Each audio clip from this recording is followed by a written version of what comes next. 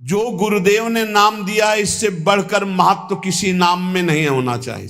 किसी की निंदा नहीं, सब नाम हमारे प्रभु के हैं, पर हमारे लिए सर्वश्रेष्ठ नाम हो गया जो गुरु ने दिया है, जो मंत्र दिया, जो नाम दिया। एक एकांतिक में आए और बोले हम कुछ 2-4-6 महीने से हम आपके शिष्य हैं, मंत्र ले लिया है। स्वप्न में एक महात्मा आए और उन्होंने हमको और मंत्र दिया है, तो अब तो हम समस्या में फंस गए कि आपका दिया गुरु मंत्र जपें या स्वप्न में कोई और महात्मा आए थे उनका दिया जपें, क्या करना चाहिए। हमने कहा तस्मात् शास्त्रम प्रमाणम। जब सप्त ऋषि जी आए, स्वप्न में नहीं सीधे साक्षात आए पार्वती जी के पास और कहा ये किसके लिए तपस्या कर रहे हो? महादेव जी के लिए। महादेव जी में क्या है, चलो हम तुम्हें भगवान नारायण को पति रूप में, भगवान विष्णु वैकुंठाधिपति अपार वैभव उनको। तो जो माता जी ने बात कही पार्वती मैया ने, वही बात पकड़नी है। उन्होंने कहा तजऊ न नारद कर उपदेशु, आप कहें 7 बार महेशु। सप्तऋषियों, अपने गुरुदेव नारद जी के उपदेश का मैं कभी त्याग नहीं कर सकती, चाहे स्वयं इष्ट देव भगवान शंकर आकर सैकड़ों बार कहें तो भी। तजऊ न नारद कर उपदेशु, आप कहें 7 बार महेशु। कोटि जन्म लगी रगर हमारी, बरों संभुनता रहूं कुंवारी। करोड़ जन्म लूंगी, हर बार अपने गुरुदेव के दिए हुए मंत्र का अनुष्ठान करूंगी और देवाधिदेव महादेव को पति रूप में वरण करूंगी, अन्यथा कुंवारी रहूंगी। बहुत सी कन्याएं और बहुत से वर हैं, आपको ब्याह कराने का शौक है तो आप जाइए, लेकिन मैं पर्वत से प्रकट हुई हूं, हिमालय से मैं अडिग हूं अपने गुरुदेव के वचन में। तो यहां कह रहे उपासक को चाहिए कि अपने गुरुदेव के दिए हुए नाम मंत्र में ही निष्ठा रखे। स्वप्न में क्या, जागृत में आके ब्रह्मा भी उपदेश कर दें तो अपने गुरु के वचनों को नहीं टाल सकते, तभी उपासक आगे बढ़ता है। नहीं माया रौंद देगी, चल के देख ले कोई। नित्य निरंतर गुरु प्रदत्त नाम और रूप, जो रूप गुरुदेव ने बताया। हमारे गुरुदेव क्या नाम रूप बता रहे? बोले राधा वल्लभ लाल को हृदय ध्यान मुख नाम। ये गुरुदेव हरिवंश चंद्र जो बोल रहे हैं, सब सोहित निष्काम मति श्री वृंदावन विश्राम। श्री राधा वल्लभ लाल को हृदय ध्यान मुख नाम। बस रात दिन राधा वल्लभ श्री हरिवंश, राधा राधा। गुरुदेव कह रहे हैं राधा नामैव कार्यम हेनुदिन मिलितम साधना घीष्ट कोटिस। राधा राधा यदि ऐसा कहने को मिल जाए तो सब बात बन जाए। गुरुदेव ही कह रहे हैं, हरिवंश चंद्र जी कह रहे हैं।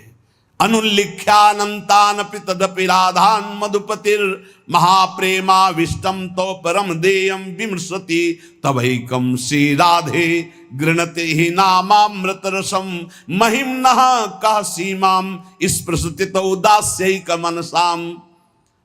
अब राधा नाम के लिए कल हम दिखा भगवान शंकराचार्य जी के पद पर विराजमान होकर कि भगवान शंकर भी नहीं चाहते हैं कि राधा तत्व को हमें बोलना पड़े, क्योंकि जब पार्वती जी प्रश्न करती हैं तो वो गंभीर हो जाते हैं। पार्वती जी ने हटकर पूछा आप गंभीर क्यों हो जाते? तो कहते बहुत गुप्त रस है, इसके लिए विशिष्ट अधिकार चाहिए। हे देवी, इसलिए जब जब आप प्रश्न करती मैं मौन धारण कर लेता हूं।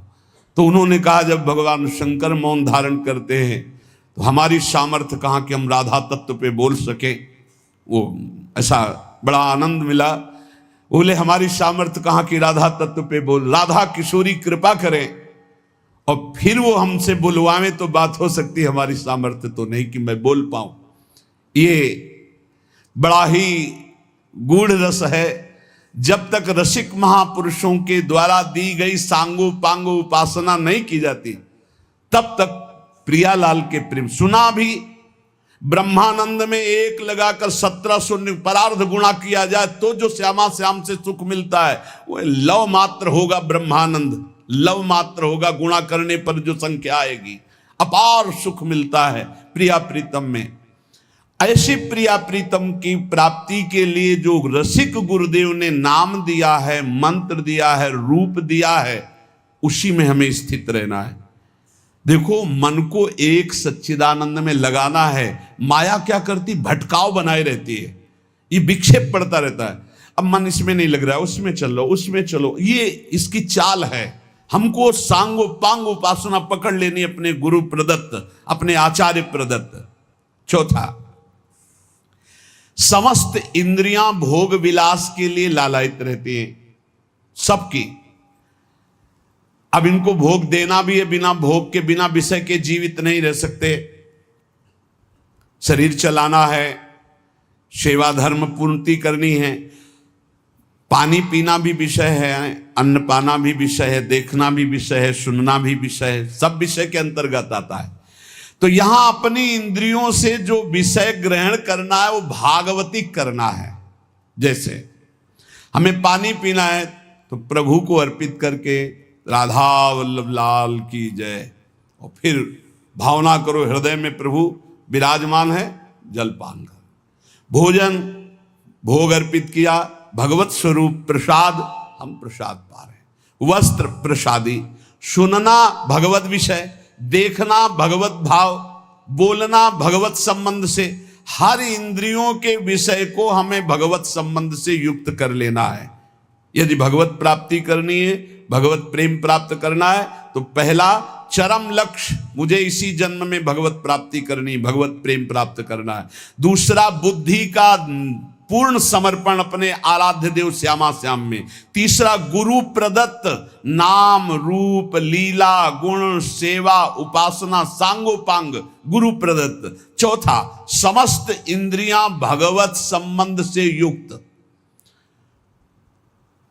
जब हम स्वसुख वांछा से युक्त होकर कोई भी विषय सेवन करते हैं, वो भगवत विमुख हो जाता है। जैसे हम कोई सूंघा वस्तु और प्रभु के संबंध से युक्त नहीं, ये स्वसुख वांछा से युक्त सूंघना, ये बंधन कारक हो गया। ये राधा वल्लभ लाल जी का प्रसादी इत्र, अच्छा फूहा, कितना अब ये भक्ति वर्धक होगा, पाप नाशक होगा और आपके हृदय में आह्लाद। कोई भी क्रिया भगवत विमुख नहीं होनी चाहिए। हमारी प्रत्येक चेष्टा भगवत संबंध के लिए है।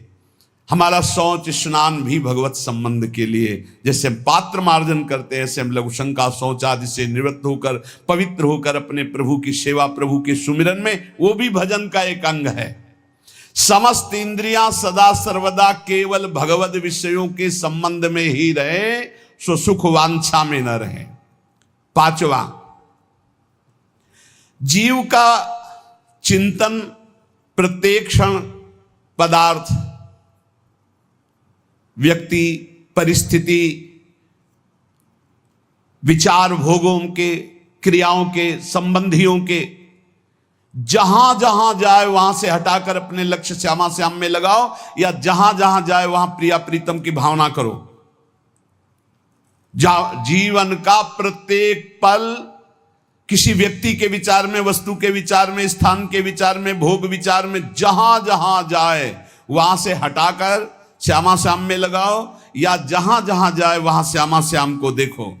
छठवां, चित्त की एक एक वृत्ति से तुम्हारे आराध्य देव कभी हटने ना पावे।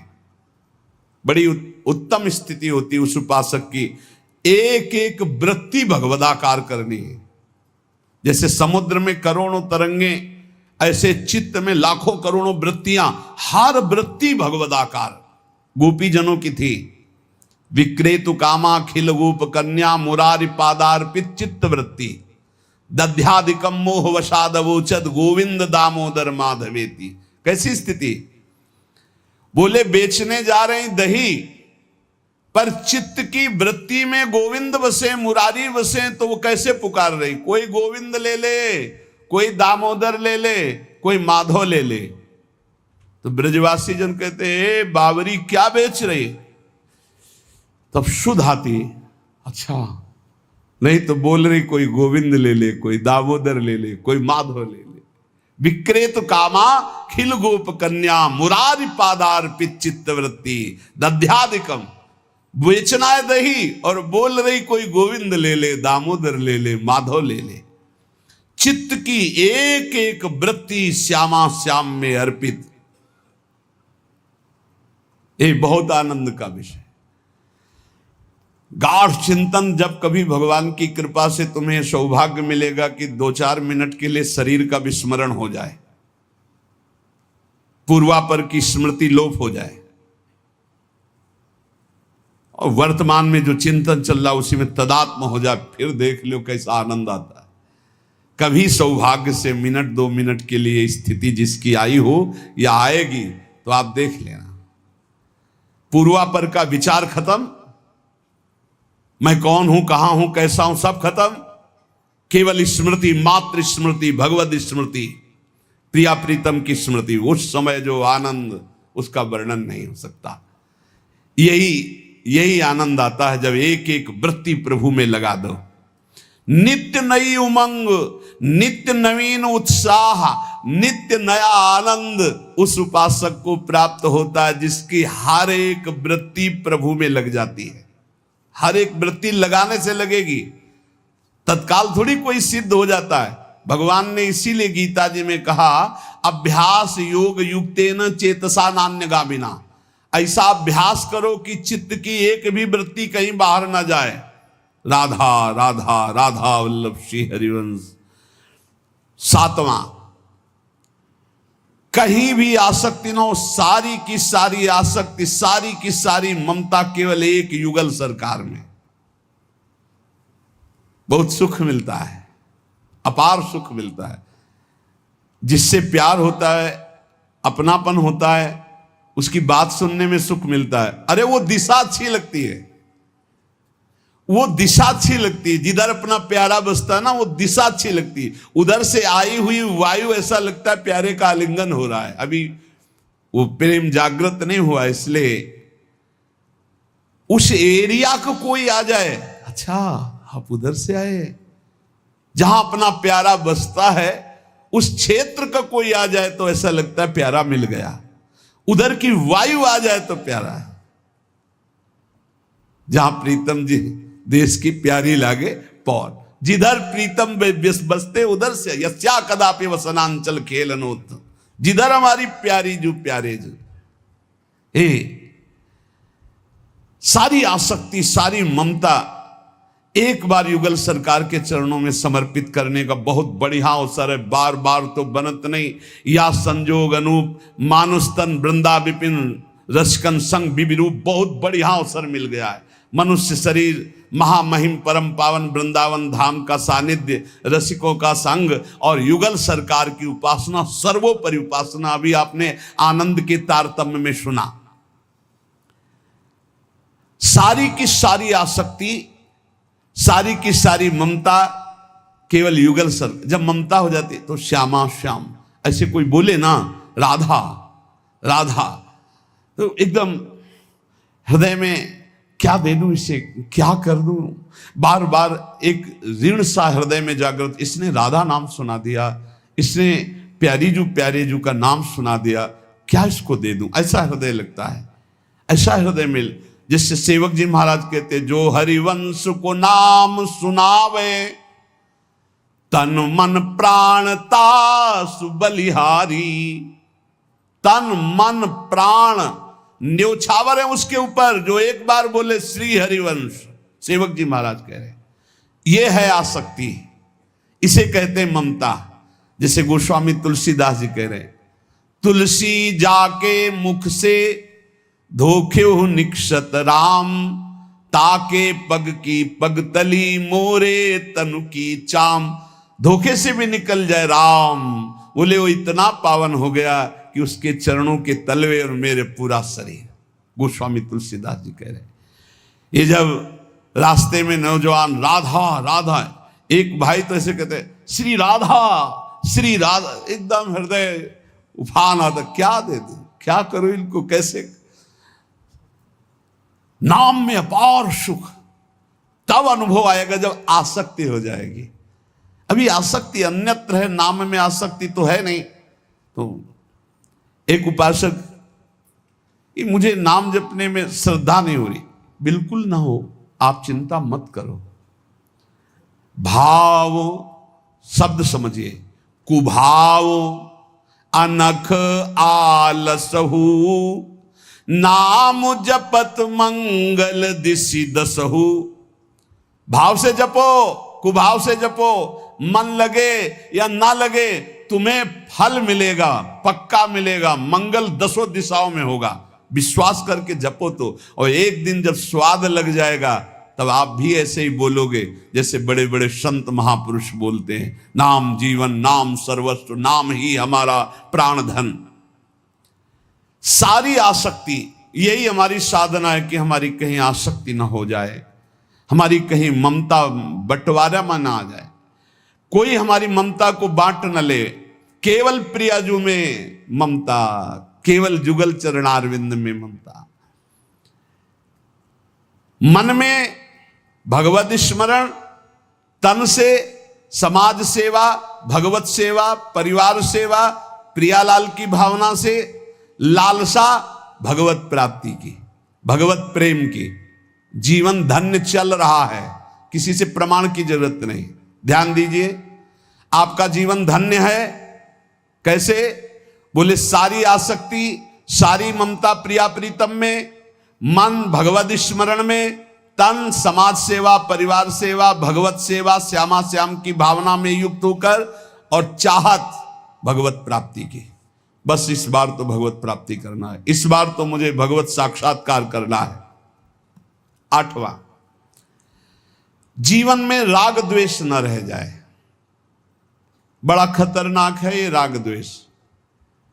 अगर किसी से राग है तो बड़ा सूक्ष्म होता है राग का धागा, और वो जब हमारे ऊपर संकट आएगी, विपत्ति आएगी, या तो वो धागा दिखाई देता कि अभी वो है ना। द्रौपदी जी को पहले श्री कृष्ण याद नहीं आए, 5 महारथी पति है अतिरथी, वो याद आए, फिर भीष्मादि याद आए, फिर अपनी भुजाओं का बल, फिर दांतों का बल, और जब निर्बल तब महाबल। सुनेरी मैंने निर्बल के बल राम, महाबल प्रभु श्री कृष्ण का तब जागृत हुआ। ये राग बहुत खतरनाक है, किसी से राग ना करें।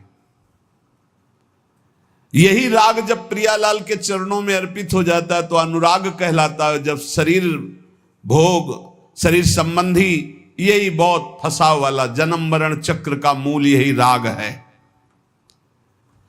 और जब इसमें बाधा पड़ती तो द्वेष हो जाता है। द्वेष बहुत खतरनाक है।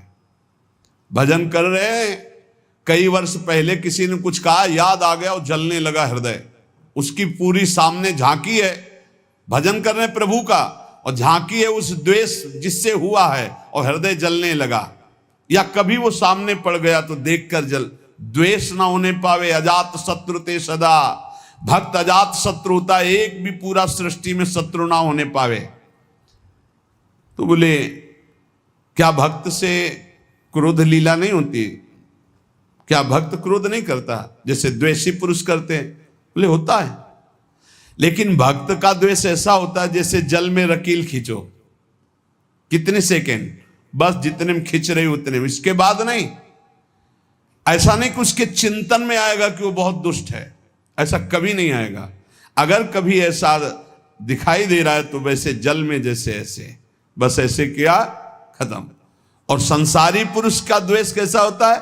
पत्थर की रकील खींच दो तो बनी की बनी, और वो जल की रकील, जल में ऐसे रकील खींचो, 1 सेकेंड में खत्म। ऐसे भक्त का आवेश होता है। कोई धर्म विरुद्ध या इष्ट विरुद्ध या ऐसा तो एकदम वो आवेश दिखाई देगा, लेकिन उसी क्षण वो तत्काल बिल्कुल द्वेष किंचन मात्र नहीं, किंचन मात्र मंगल की भावना नहीं। अगर राग द्वेष है तो फिर वो भक्त कैसा? जीवन में राग द्वेष न रहने पावे, किसी से राग नहीं, किसी से द्वेष नहीं, और किसी भी भोग के प्रति ऐसी प्रचंड ममता कामना ना हो कि प्रियालाल का विस्मरण हो जाए। प्रियालाल का स्मरण करते हुए धर्मयुक्त भोग को जीवन यापन के लिए स्वीकार किया गया है। प्रियालाल का स्मरण चल रहा है और शास्त्र सम्मत धर्मयुक्त भोग है जीवन यापन के लिए, लेकिन शास्त्र विरुद्ध प्रियालाल का विस्मरण करा दे ऐसा भोग भक्तजन स्वीकार नहीं करते, और जो स्वीकार करते हैं वो भक्त नहीं होते। राग द्वेष भक्त के जीवन में नहीं होता, और ऐसी भोग कामना नहीं होती जो भगवत विस्मरण करा दे या शास्त्र विरुद्ध हो। अगर शास्त्र विरुद्ध और भगवत विस्मरण कराने वाली भोग वासना, वो फिर अभी भक्ति रंग नहीं लाई। तीसरा, भजन करते हुए इसी 8वें पंक्ति में 3 बातें। पहला राग द्वेष, दूसरा भोग ममता कामना का जो विषय है वो इष्ट चिंतन और धर्म शास्त्र सम्मत। तीसरा, मद अभिमान नहीं आना चाहिए। भक्ति में भी अभिमान जागृत हो जाता है, सामने वाला ऐसा है, सामने वाला ऐसा है। जहां परदोष दर्शन होने लगे वहां जान लेना अभिमान आ गया है। बिना गुणाभिमान हुए दूसरे में दोष दर्शन नहीं हो सकता। अभिमान की पहचान दूसरों में दोष दर्शन, अपने में गुण का भाव, गुण का आरोप, अपने में गुण का अभिमान, दूसरे में दोष दर्शन, ये पतन का लक्षण है, सिर्फ पतन का लक्षण। ऐसा हो जाए तो प्रभु के सामने चिल्ला के रो, बचा लो प्रभु बचाओ, अभिमान आ गया। भगवान को अभिमान बिल्कुल पसंद नहीं है। दैन्यता से भगवान प्यार करते हैं और अभिमान से भगवान रोष करते हैं। सुनहु राम कर सहज स्वभाव, जन अभिमान ना राखें काऊ। अभिमान आ गया तो कोई होगी बहुत बड़ी विचित्र भयावनी लीला, इसलिए बचो। जहां अभिमान आवे तो रो प्रभु से, प्रभु दूर कर दो। भयावनी लीला करते हैं फिर वो जब अभिमान आ जाता है। देखो कैसी देवर्षि नारद जी के साथ की, कैसे गरुण जी परेशान हो गए। भक्त के हृदय में कभी अभिमान नहीं आना चाहिए। अभिमान की पहचान दूसरों में दोष दर्शन, अपने में गुण का आरोप। इसी 8वें सूत्र में चौथा, चाहे जो कुछ नष्ट हो जाए कभी शोक विषाद नहीं करना, रोना नहीं। भक्त है, परिवार का कोई पधार गया है तो वो कीर्तन कर रहा है, वो रोएगा नहीं। ये रोना केवल मोह ममता का क्षेत्र है और नहीं रोना चाहिए। जब अब गीता जी का पीछे व्याख्या चल रही थी तो जो रोज सुनते हैं उनको याद होगा, रोने वाले के आंसू और नाक लार सब उस जीवात्मा को पीना पड़ता है जो पधार गया है। कभी नहीं रोना चाहिए। उस समय नाम कीर्तन करना चाहिए, भगवत यश गुणगान करना चाहिए, उस जीवात्मा के मंगल के लिए भगवान का नाम जप करके देना चाहिए, रोना नहीं। कुछ भी नष्ट हो जाए, कोई भी मर जाए, शोक विषाद नहीं करना, रोना नहीं। ये भक्ति के मार्ग का विषय। मंजीरा उठाओ, सब मिलके कीर्तन करो और भगवान का यश गान करते हुए उनकी अंतिम यात्रा। भक्तों की तो मृत्यु भी महोत्सव होती है। संसारी लोगों के लिए छाती पीटते हैं लोग, उनके मरे हुए व्यक्ति की छाती में नहीं, ऐसे पीटते हैं, वैसे पीटते हैं। और जब वो पीट के रो रहे हो घर वाले, तब पूछना कि तुम क्यों रो रहे हो, तब असलियत पता चलती है। वो रो नहीं रहा उसके लिए कि इसलिए रो रहा है, वो अपने लिए रो रहा है कि हम जो चाहा अपने लिए, बस अपनी कामना की पूर्ति के लिए। भक्त को कभी ऐसा नहीं करना। कोई पधार गया बहुत गंभीर, कोई रोए तो डांट देना चाहिए, चुप शांत नहीं रोना। उस जीव को क्यों अब कष्ट देना। अब तो नाम कीर्तन, मान लो 50 लोग आए, 50 लोग नाम कीर्तन करो और फिर उसको भगवान के मार्ग में अग्रसर हो आगे। जहां जीवात्मा जाए उसका अच्छी जगह जन्म हो, उत्तम कुलवान भक्तवानों के घर में जन्म हो, भगवत प्राप्ति हो जाए उसको। ऐसे नाम कीर्तन करके उसको प्रदान करो, तब तो बढ़िया बन जाएगा। ये सब बैठे बैठे वो इधर उधर की बातें उच्चारण करके रोना, ये सब कुछ भी नष्ट हो जाए। भक्त के आंसू सिर्फ भगवान के लिए गिरते, ध्यान रखना। भक्त की आंसू रूपी धरोहर सिर्फ भगवान के लिए काट दिया जाए तो भी आंसू नहीं गिरेंगे। भगवान के लिए ही आंसू गिरने चाहिए। शोक विषाद नहीं होना चाहिए, कुछ भी नष्ट हो जाए, क्यों नहीं होना चाहिए? हमारी तो सब जीवन था, ये नष्ट हो गया। जिसने एक क्षण में अनंत ब्रह्मांडों का सृजन कर दिया वो मेरा स्वामी है। वो चाहेगा तो हर व्यवस्था हो जाएगी, हर व्यवस्था। और हम आपसे सच्ची कहते हैं, भक्त का जो कुछ नष्ट होता है अच्छा होने के लिए होता है, पक्का समझना। नामदेव जी की कुटिया में आग लगी तो सब अच्छा ही अच्छा हो गया? नहीं हुआ। कहीं भी कुछ भी, भक्त का अगर कहीं भी कुछ भी हानि होगी, तुम निष्ठा से रहना, सब बढ़िया ही होगा। आप देख लेना, परिणाम में देख लेना। शोक किस बात का? कोई नई व्यवस्था किया है मालिक ने, इसीलिए पुराने को आग लगवा दी है, या पुराना नष्ट हो गया, कोई नई व्यवस्था की। भगवान की ताकत नहीं कि वो अमंगल कर दे। किसी ने कहा हमारा मन भगवान में ना लगा हो और हम फिर भोग लगाएं, सेवा करें तो भगवान स्वीकार कर लेंगे। कहा? वो बड़े कृपालु हैं। अरे पूरे समय मन नहीं लगा, लेकिन आपने कहीं ना कहीं मन में तो ये बनाया था कि भगवान को हम भोग लगाने जा रहे हैं। इतनी भी ना तो श्रद्धा थी पाई भर, ना कोई भगवान से अपनापन था। स्तनों में जहर लगाया था भगवान को मारने के लिए, और भगवान ने फल दिया यशोदा मैया को जो मिलता है। ऐसे तो हमारे कृपालु भगवान है। तुम दूध का भोग लगाने सही में जा रहे हो, अब मन लगे चाहने लगे तुम्हें फल तो मिलेगा ही। ये संशय मत करो, हमारे भगवान पर बड़े कृपालु हैं। शोक विषाद का विषय भक्त का नहीं होता। किसी के मर जाने पर, या किसी के नष्ट हो जाने पर, या किसी के छूट जाने पर। अमुक ने हमको छोड़ दिया, बड़ी कृपा की, क्यों? अब हमारा सहयोगी मित्र कौन होगा? भगवान। पक्का समझो। अगर हम किसी से अपनापन करते हैं तो सिर्फ भगवान के भाव से करते हैं। मेरे प्रभु आप इस हृदय मंदिर में बैठे, इसलिए मैं आप, बस और कोई संबंध नहीं, केवल एकमात्र प्रभु ही वही हैं। उसी रूप कितने हैं, लेकिन स्वरूप एक ही है। सब में वही हमारे युगल सरकार विराजमान है। और इसमें पांचवी बात, 8वें सूत्र में पांचवी बात, कभी भय और संदेह न करना। कभी भय न करना, किसी की किसी भी तरह से प्रतिकूलता देने पर डरो मत, तुम्हारे रक्षक भगवान हैं। बोले हमारी तो प्रिया जो है नील कमल हाथ में लिए हुए हैं, अब ना तो तलवार है ना गदा है, कैसे रक्षा करेंगी? तो जो ये सब बड़े बड़े दिव्यास्त्र हैं, जो जानने वाले हैं, तो 19 चरण चिन्ह प्रिया और लाल 19 चरण चिन्ह है। ये चरण चिन्ह अपने भक्त जनों की रक्षा के लिए, इन्हीं में सुदर्शन चक्र, इन्हीं में कौमोदकी गदा, इन्हीं में सब कुछ विराजमान है। भक्त की रक्षा के लिए प्यारी जी के चरण चिन्ह बलवान। वृंदावन दास चाचा जी ने बड़ी महिमा चरण चिन्हों की वर्णन की, कभी अवसर आएगा तो सुनाएंगे। हमें भय नहीं करना और हमें संदेह नहीं करना, पता नहीं भगवान ऐसा करे कि ना करे, पता नहीं प्रिया जो आगे ऐसा संभाले कि ना संभाले। भजन तो करते हैं, पता नहीं भगवत प्राप्ति होगी कि नहीं।